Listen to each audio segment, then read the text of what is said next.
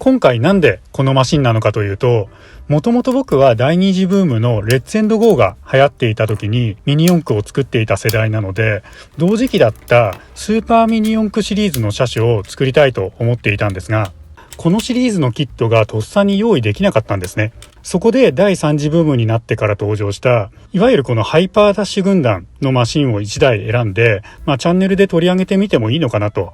そう思った時に手元にあったキットがこのキヤノン D ボールだったっていう、そんな経緯ですね。ちなみにそのハイパーダッシュや以前のダッシュ4クロも含めて、僕自身無知なところが多くて、どういう話なのかとか、どういう活躍をしたマシンなのかみたいなことはとりあえず置いておいて、5台の中で世間的にはどのデザインが人気なのかが知りたくて、アンケートを取ったことがあったんですね。結構前の話だと思うんですけど、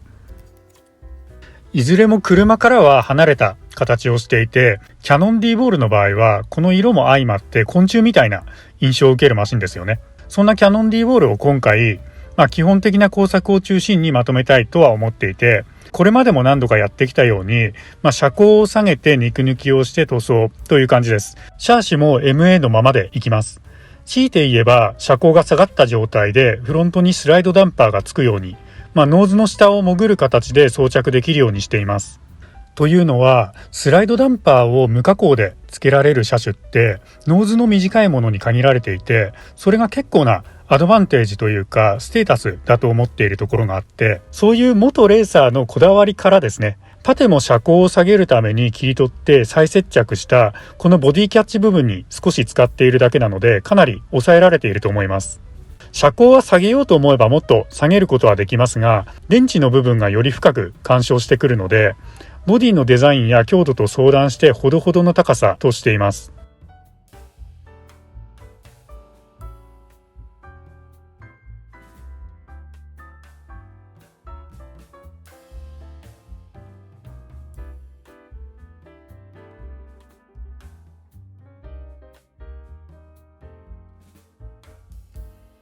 この部分ですね。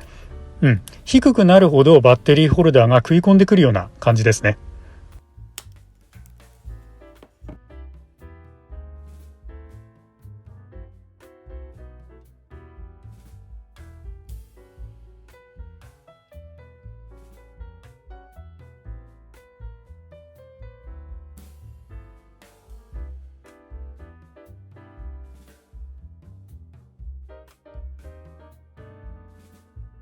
ミニ四駆のボディは最近だと ABS という素材が使われていることが多くなっています。これは一般的な PS 素材よりも、しなりや衝撃に強いっていう特徴があって、走行のための強度が見直されてこの素材が採用されています。このマシンのボディも ABS が使われていますが、加工の段階で感じられる特徴としては、やや毛羽立ちやすいかなっていうところがあります。例えば肉抜き穴に目の粗い棒ヤスリなんかを当てた時に、削れた粉が縁について残りやすいんですね。とは言ってもそれくらいの毛羽立ちなので、紙ヤスリとかナイフの刃を立てて軽く削ぎ落とせば問題というほどではないと思います。あとは以前にも触れたことがありますが、 PS 素材のプラ板を貼り付ける際に、違う素材同士をつけるので接着剤を選ぶっていうところですね。どちらかといえば加工よりも塗装で気を使うことの方が多いかもしれません。クレオスさんの塗料には割と記載されているんですが、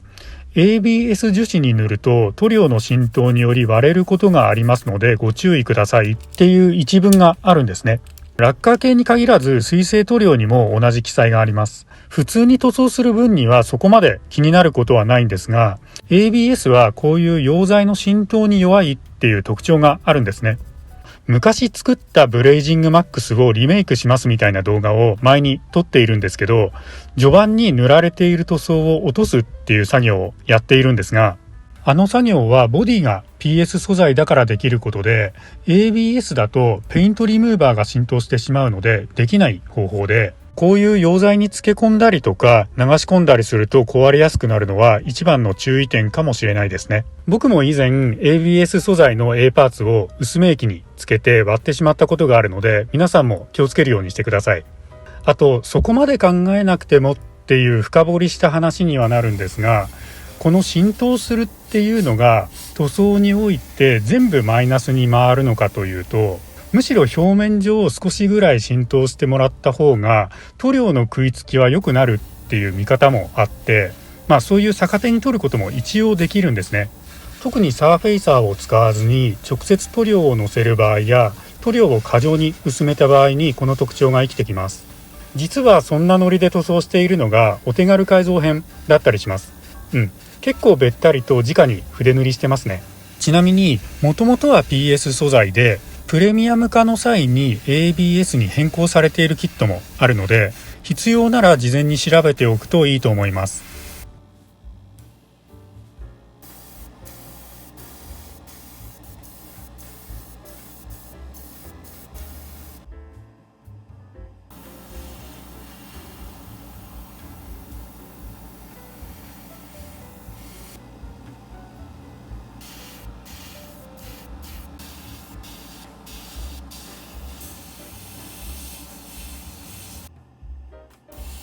ホイールは昔の TZ 系のスーパーミニ四駆シリーズに採用されていた台形のワイドトレッドタイプを選んでみました。